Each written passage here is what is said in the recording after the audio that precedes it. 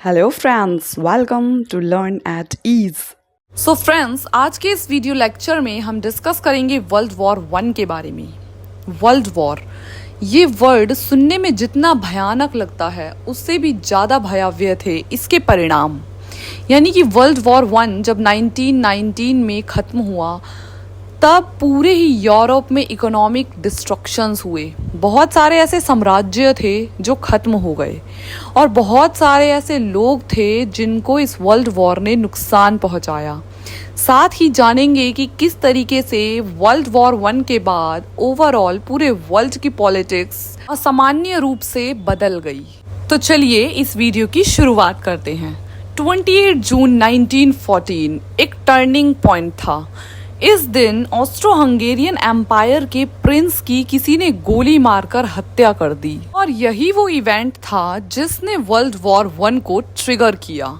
18th and 19th century का जो Europe हुआ करता था वो बहुत बड़े बड़े साम्राज्यों में बटा हुआ था, जिसमें कि हम देखते हैं British empire, France, German empire, Ottoman empire और रशियन एम्पायर का काफी वर्चस्व था। साथ ही हमें यूरोप के अंदर कुछ बाल्कन कंट्रीज भी देखने के लिए मिलते हैं, जैसे कि सर्बिया, रोमानिया, बोस्निया, बुल्गारिया।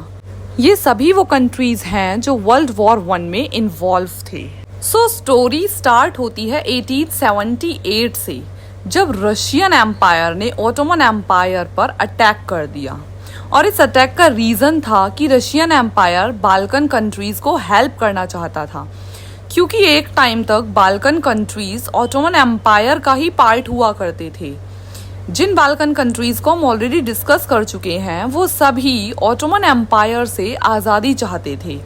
इस वॉर का नतीजा ये हुआ कि 1878 में ही दोनों एम्पायर्स के बीच में एक ट्रीटी साइन हुई। इस ट्रीटी की टर्म्स एंड कंडीशन के अकॉर्डिंग ये डिसाइड हुआ कि जो ऑस्ट्रो हंगेरियन एम्पायर है वो बोस्निया और हेजेगोविना के जो एरियाज हैं उसको टेम्परेरीली एडमिनिस्टर करेगा, पर साथ ही ये भी कहा गया कि ऑफिशियली ये पार्ट ऑटोमन एम्पायर का ही हिस्सा रहेगा।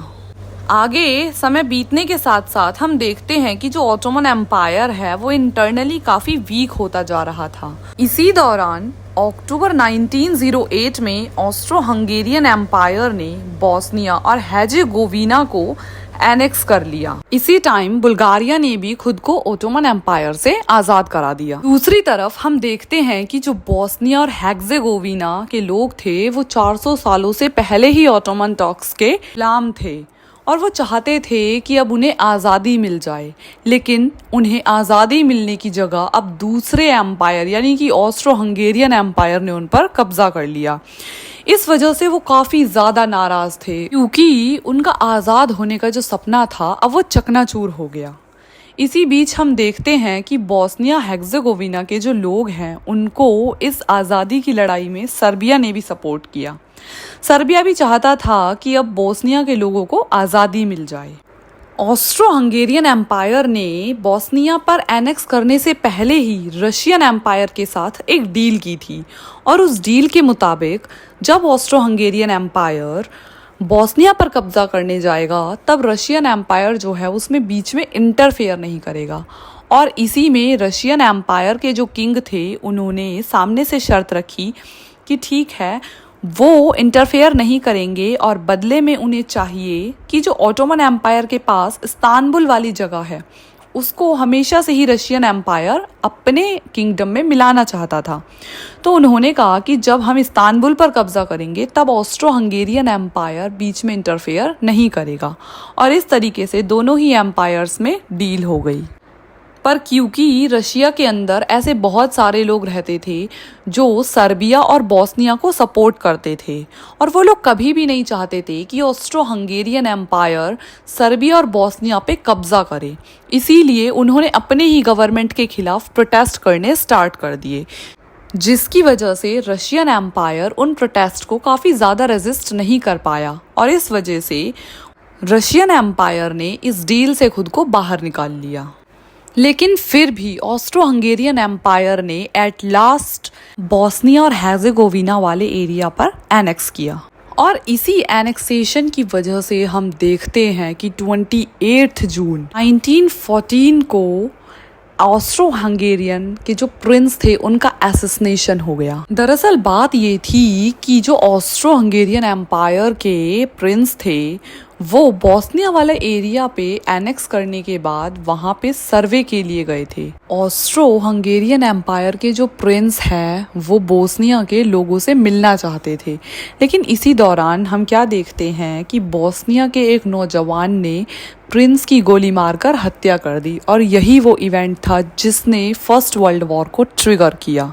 और इसी रीजन से ऑस्ट्रो हंगेरियन एम्पायर के जो किंग थे उन्होंने सर्बिया पर अटैक कर दिया। जैसे ही अटैक होता है रशिया सर्बिया को बचाने के लिए पहुंच जाता है और बस यहीं से शुरुआत हो जाएगी ग्रुपिज्म की, यानी कि सभी कंट्रीज जो हैं यूरोप के वो 2 ग्रुप्स में डिवाइड हो जाएंगे। एक तरफ थे Russia, Serbia, France, UK, Japan और यूएस। वहीं दूसरी तरफ हम देखते हैं Ottoman, Turks, German empire, Austro Hungarian empire और इटली को। और इस तरीके से इन सभी देशों के बीच युद्ध शुरू हो गया जो कि 1914 से स्टार्ट होकर 1919 तक चला, जिसने यूरोप की इकोनॉमी को बुरी तरीके से डिवास्टेट कर दिया और साथ ही वहाँ के बहुत सारे सोल्जर्स को अपनी जान गंवानी पड़ी। साथ ही उन कंट्रीज़ का भी काफ़ी भारी नुकसान हुआ जो वर्ल्ड वॉर 1 के टाइम पे यूनाइटेड किंगडम की या अदर यूरोप के कंट्री की कॉलोनीज़ हुआ करते थे, क्योंकि डायरेक्टली इनडायरेक्टली उन कंट्रीज़ को भी इन्वॉल्व होना पड़ा। फॉर एग्ज़ाम्पल हम देखते हैं कि जब वर्ल्ड वॉर 1 स्टार्ट हुआ था तब इंडिया से काफ़ी ज़्यादा सोल्जर्स को युद्ध के लिए भेजा गया था। साथ ही हम देखते हैं कि इस वर्ल्ड वॉर 1 ने उन कॉलोनीज़ की भी इकोनॉमी को काफ़ी बुरी तरीके से डिस्ट्रॉय कर दिया।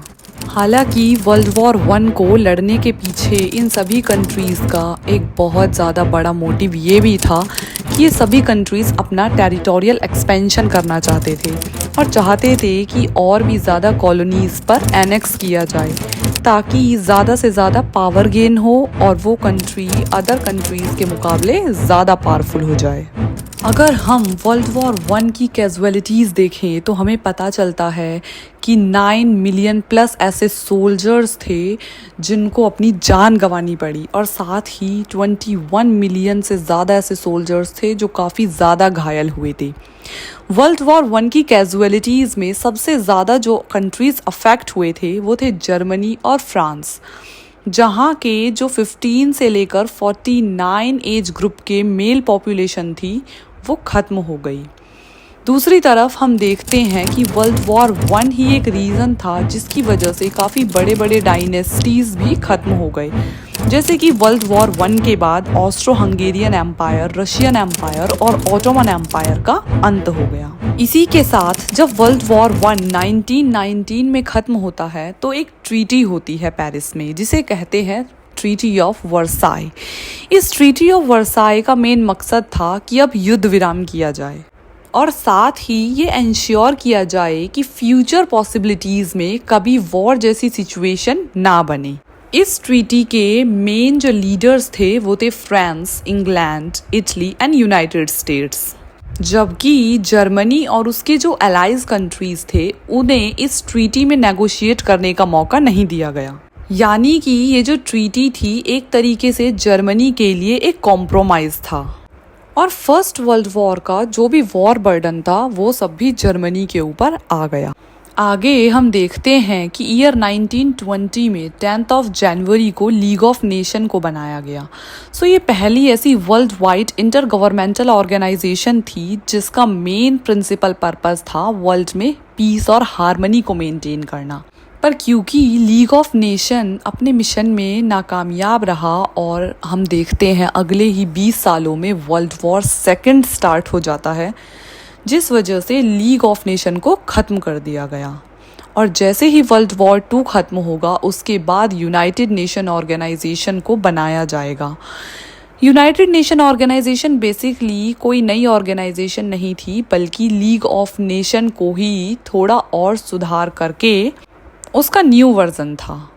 इस वीडियो लेक्चर में हमने कोशिश की है वर्ल्ड वॉर 1 को थोड़ा सिंप्लीफाइड वे में समझाने की। होपफुली ये इन्फॉर्मेशन आपके काम आएगी।